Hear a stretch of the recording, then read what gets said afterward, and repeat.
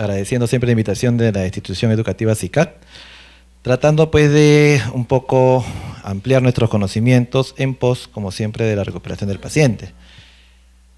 Un tema bastante tocado, me han invitado a hablar. Quien les habla, como bien ya me presentaron, soy enfermero intensivista, laboro en la clínica Ricardo Palma, ya hace 13 años en UCI, he laborado 5 años en emergencia, y soy profesor en el Hospital Casimiro Ulloa, he laborado en el área de emergencia, trauma-shock, casi cerca de 10 años. Entonces, algo de experiencia y algo un poco de mi conocimiento y experiencia lo vamos a tratar de transmitir. La idea es que traten de tratar de coger la mayor cantidad de conocimientos para, como bien les dije, mejorar nuestra atención, el paciente se vea beneficiado, el riesgo de lesión hacia el paciente sea mínimo. Hablamos de administración de líquidos intravenosos en el prehospitalario. Es una decisión crucial, un tema bastante tocado, un tema que hemos escuchado varias. Hay reglas de administración de fluidos, hay varias guías, inclusive ustedes ponen en internet manejo de líquidos y te van a salir varias guías, americana, europea, con fórmulas de acuerdo al peso, área corporal, varias. Lo que les traigo acá es algo para recordar y a la vez también tratar de hacerlo de esta parte más, no encuentro la palabra, la forma, lo ideal que como se debe manejar a un paciente, creo yo. Empezamos, a ver. Arrancamos hablando de los líquidos intravenosos, no se usa indiscriminadamente, recordar, no es así de que yo tengo suero fisiológico y suero fisiológico le puedo poner al paciente la cantidad que yo quiera y le pongo, no, pero no hace nada porque es una solución, como siempre lo hemos escuchado, una solución fisiológica, isotónica, no le va a causar mal. Por el contrario, la mala administración, el inadecuado manejo, lo podemos llevar y lo vemos a diario en las unidades críticas que lo llevan a descompensación de paciente, como es una de las principales causas lo que provoca es sobrecarga hídrica. Entonces, no se usa indiscriminadamente. Su uso es como cualquier medicamento, cualquier medicación, y tenemos que tener conocimiento del tipo de líquido que vamos a administrar al paciente. Es diferente administrar un cristaloide, que lo vamos a ver, que un coloide. Y dentro de los cristaloides, ¿cuáles tenemos? ¿Por qué no administrar dextrosa, por decirle a un paciente que está deshidratado severamente, que está en un estado de shock, que requiere mejorar la volemia? ¿Por qué administrar dextrosa? Porque no es una solución, no es un cristaloide. Y eso lo vamos a ver ahora. Es por eso la importancia de ahondar un poquito más en los conocimientos. Sirve para reponer líquidos perdidos, causa de hemorragia, deshidratación. Si se pierde líquido intravascular, eso sí, recordemos, se pierde la presión hidrostática capilar, disminuye, se da hipoperfusión, luego se da paso a necrosis y fallece. Es de por qué la importancia de por qué reponer inmediatamente la volemia, evitar el daño tisular. Recordar que en cuadro de sepsis o tejido necrótico la captación de líquidos se altera, eso sí tenemos que tener en cuenta.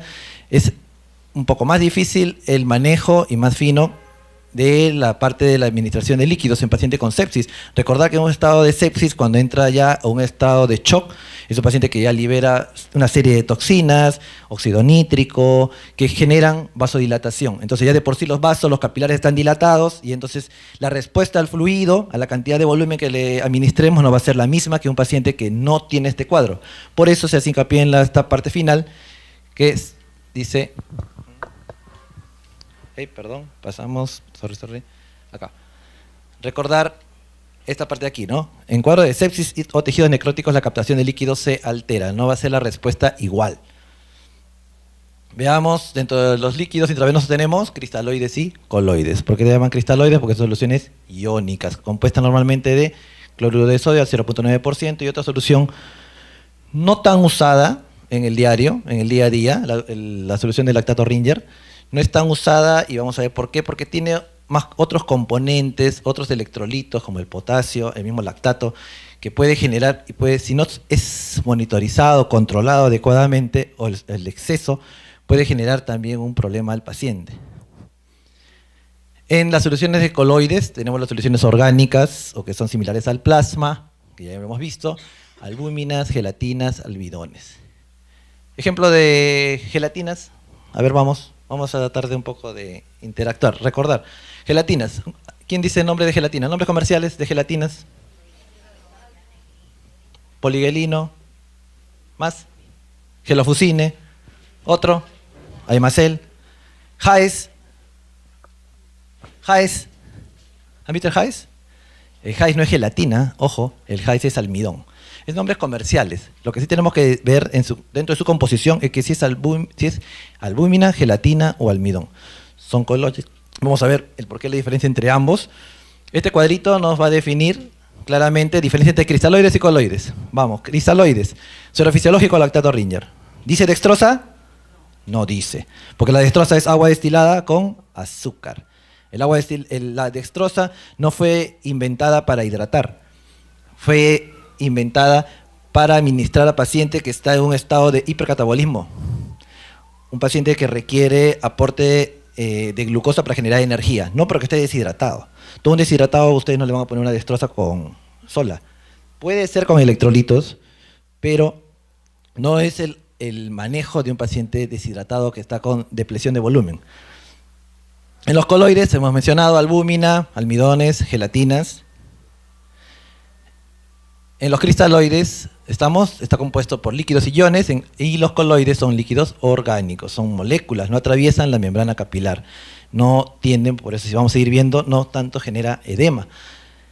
Las cristaloides son baratos, accesibles, es cierto, un frasco de cloruro de sodio, un sol 20 en el hospital, 6 soles y tanto es en una clínica. En cambio, la albúmina, almidón y gelatina son costosas, ¿no? Por eso que no se usan con demasiada frecuencia. Aparte, los cristaloides tienden a provocar edema. ¿Estamos? Así como es rápida la respuesta que se tiene, también un promedio de 3 horas promedio, 15 minutos, perdóneme, ya lo está eliminando el organismo. Entonces, y eso, debido a que no tiene un peso molecular alto, tiende a que el líquido se vaya al intercelular y genera edema. Estados de acidosis también, en cambio los coloides raramente generan edema, y por el contrario, los coloides como la albúmina, que es una proteína, ayuda a la presión oncótica. Si ustedes han percatado al paciente que tiene, los típicos pacientes hepáticos y renales que tienen baja proteína, están hinchados, ¿no? Porque eso hace que pierda, la proteína le da peso molecular, le da peso a la sangre. Si no tiene peso, forma edema. Igual, por esto. Los cristaloides, difícil que puedan provocar reacciones alérgicas. Los coloides, normalmente, hay que tener mucho cuidado porque pueden causar falla renal y muerte. En algunos casos, los cristaloides normalmente se puede usar en dosis indiscriminadas, ¿no? Es lo que se dice. En cambio, los coloides no puedo tampoco sobrepasar su administración. El 50% del volumen infundido de los cristaloides tarda 15 minutos en abandonar el espacio intravascular. Así como la respuesta es rápida, yo repongo rápido la presión, tengo que tener en cuenta que también se va a eliminar rápido y tengo que requerir mayor aporte de líquido. En cambio, los coloides, su vida media es de 4 a 8 horas. En este punto de definiendo lo que es en el grupo de los coloides, también tenemos tanto la sangre y tenemos también el plasma. ¿Estamos? Pero estamos hablando que son una de las primeras, la reposición sanguínea en un paciente que ha tenido pérdida hipovolémica por un estado de shock, por un estado de una lesión arterial grande. La primera, se podría decir, primer coloide de administración, un paciente que está con choque hemorrágico, choque hipovolémico, por causa de sangrado, choque hipovolémico, es la reposición con sangre. ¿Estamos? Pero en este caso que hablamos acá de albúmina, almidones y gelatinas, los almidones, en general, almidones y gelatinas no se tiende a usar demasiado. Si ustedes se han percatado en su práctica diaria, en su trabajo diario, los almidones casi ya están en desuso. En algunos lugares ya lo han sacado también, porque se dice y se ve de que tienden a generar trastornos de coagulación, más los almidones que las gelatinas. Por eso almidones casi ya nadie usa y los stocks de farmacia están llenos y te piden que los uses, pero generan coagulopatía. Generan coagulopatías, por eso el almidón ya no se usa casi, uno que otro lugar. La albúmina sí, siempre, porque es para reponer la presión oncótica. El paciente que está con dosaje de albúmina bajo, administras albúmina, no es un coloide de primera elección para administrar a un paciente que está con depresión de volumen o está hipovolémico. La gelatina sí, en cambio, como bien mencionamos antes los nombres, ¿no? Gelofusina, Aimacel, poligelino. Sigamos, a ver. En cristaloides estamos, solución salina 0.9%. ¿Por qué se dice que es isotónico? ¿Por qué dice? Si nosotros sumamos sus equivalentes del compuesto de la solución salina, el sodio tiene 154 equivalentes y al igual que el cloro, nos da 308 miliosmoles. Y tenemos que recordar que el plasma tiene una molaridad sanguínea de 280 a 290 miliosmoles. Es casi cercano, ¿sí? 308 a 290, por eso se le dice isotónico. Los cristaloides son usados y deben ser usados para la reposición aguda de volumen, traumas, hemorragia, deshidratación grave, estados de cetoacidosis, o sea, estados donde hay falta de volumen. El lactato Ringer, acá lo que le decía, si uno va sumando, es más parecido al plasma, ¿no? Hemos visto de 280 a 190 la osmolaridad sanguínea. Y hemos visto que el lactato Ranger, sumando sus componentes, me da un total de 264 miliosmoles. El lactato Ranger de preferencia se usa cuando hay pérdidas gastrointestinales, diarreas, vómitos, tienen gasto alto, por decirle, es un operado, no, miento, no voy a hablar de operados, voy a hablar de la emergencia, paciente que tiene pérdidas por vía digestiva. Entonces, en este caso, ese debe de usarse el lactato Ranger, requiere mayor control. En los coloides, como bien le decía, la sangre ayuda para reponer rápidamente la pérdida de sangre. El plasma fresco congelado, como un componente sanguíneo, también considerado coloide, usado para pacientes quemados, pérdida de proteínas como fallas hepáticas o renal. La albúmina, ojo, es costosa, puede causar alergias, es útil en cuadros de sepsis, porque le da mayor peso a la sangre. Está contraindicado en traumatismo encefalocraniano, porque dice que genera aumento de la presión intracraneal. Indicada en hepatopatía, sepsis, quemaduras. Y los almidones y gelatinas, vuelvo a repetir, el almidón ya no está casi en uso. Tener cuidado con ambos porque generan trastorno de coagulación, pero ayudan para la reposición de volumen.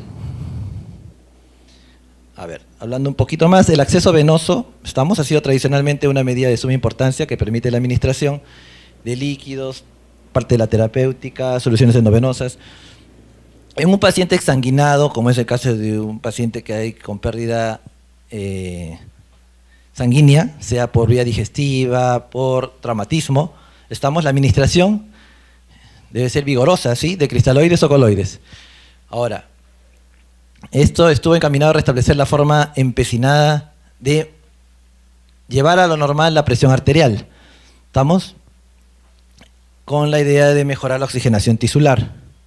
Se ha demostrado que la fluidoterapia de reanimación, se asocia a trastornos en la coagulación, acidosis, hipotermia. La mayoría de soluciones cuando estamos en el prehospitalario o en las salas de emergencia no calentamos la solución, ¿no? ¿Los cloruros están calientitos? ¿No? ¿Tenemos calentadores de fluidos? No, lo tenemos en los hospitales.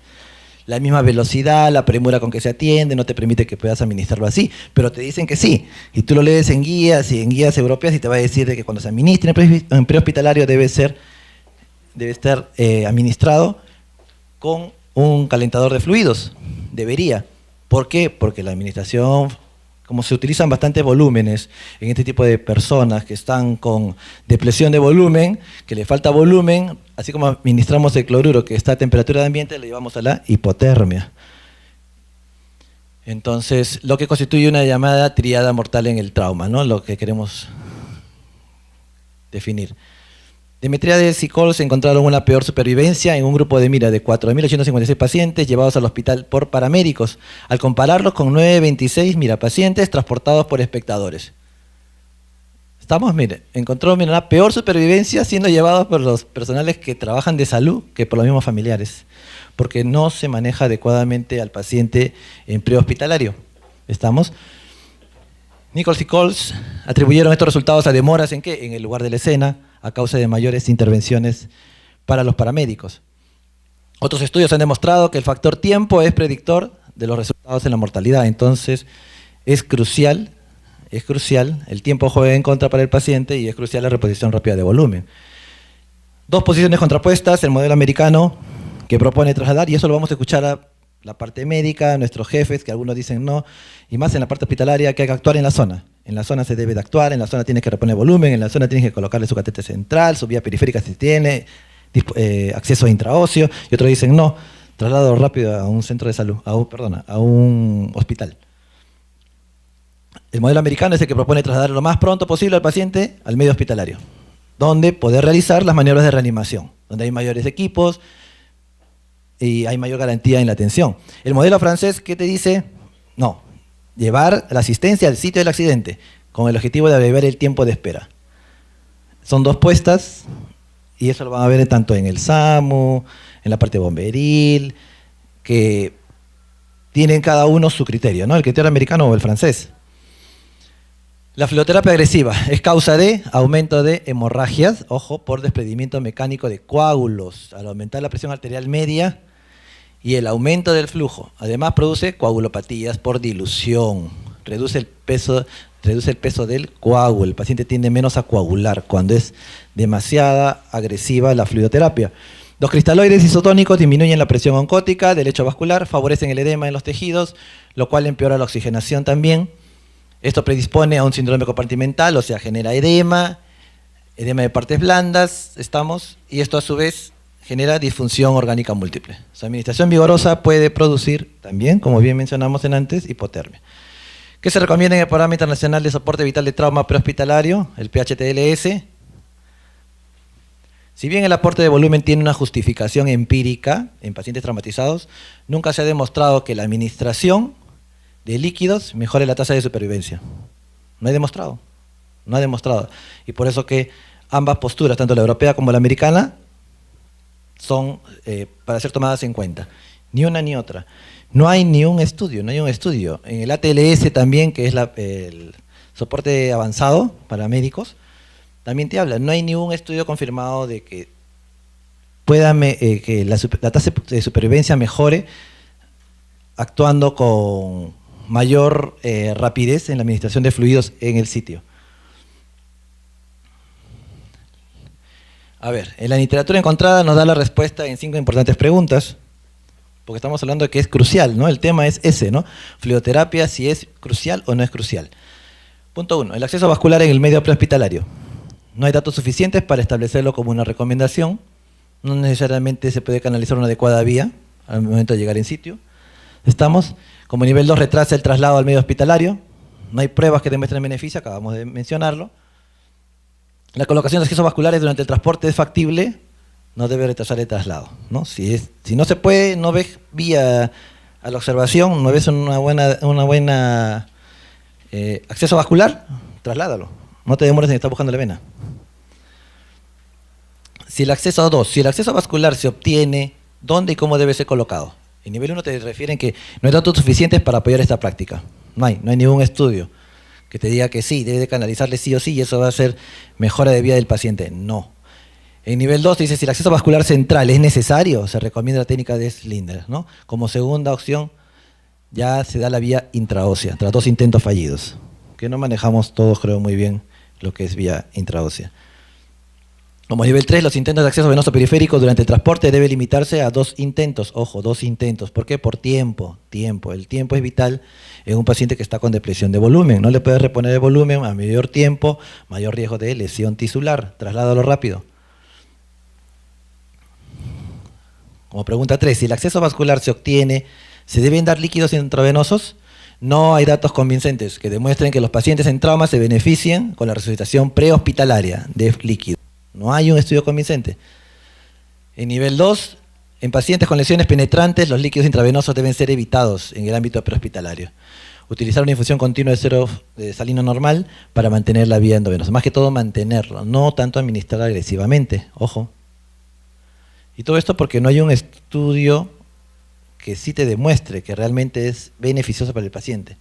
Si el acceso vascular se obtiene, se debe dar líquidos endovenosos, decía la pregunta. La administración de líquidos endovenosos debe ser restringida hasta controlar la hemorragia. Primero, los líquidos a nivel prehospitalario deben ajustarse hasta la presencia de pulso radial en el paciente, ya que un adecuado pulso radial me está indicando que tengo una presión arterial adecuada, o tengo una presión media promedio más de 60 si tengo un buen pulso radial, ya que en el transporte a veces no puedes tomar adecuadamente la presión arterial.